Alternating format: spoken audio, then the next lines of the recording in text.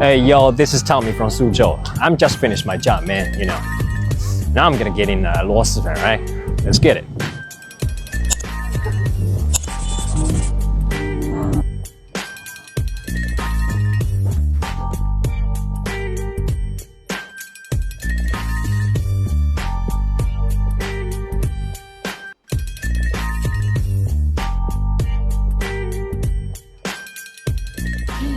所以汤米吃螺蛳粉，你们见过没？今天正好和我2个好朋友过来吃一顿螺蛳粉了。我的朋友们已经被我安利了这个螺蛳粉，好。来个木薯糖水新吃法，加点冰沙啊！哎呀，被我安利的新吃法，好好吃啊！在你。OK， 兄弟们，先来一口这个木薯糖水啊！夏天来上一口这个不要太爽，你们来了之后一定要把糖水换成冰沙，非常爽。哦。它塞实的，冰冰硬，底紧紧。哎，夏天来上一口之后太爽了。来一口这个木薯，它的口感是比较软糯的，非常好吃。哦，脑多多的这个圈圈肠吃呢，这个圈圈肠真的好吃，我上次吃过，真的好吃。真的好吃，哎，这圈圈肠。大肠要不要泡汤啊？肯定要泡的吧。OK， 进入主题啊，嗦粉，香啊。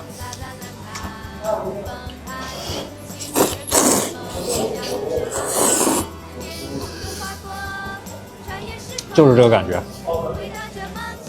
好好吃啊！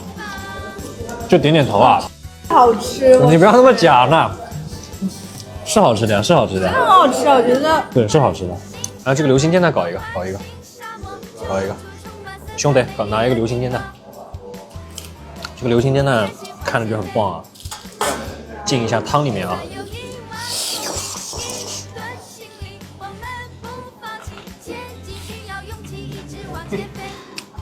外表有点像这个炸蛋的感觉，但里面又有溏心蛋的感觉，就相结合了，还蛮不错的。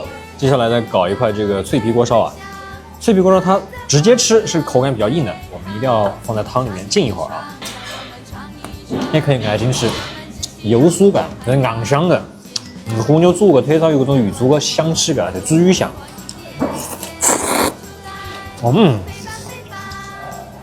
再来口这个流心煎蛋。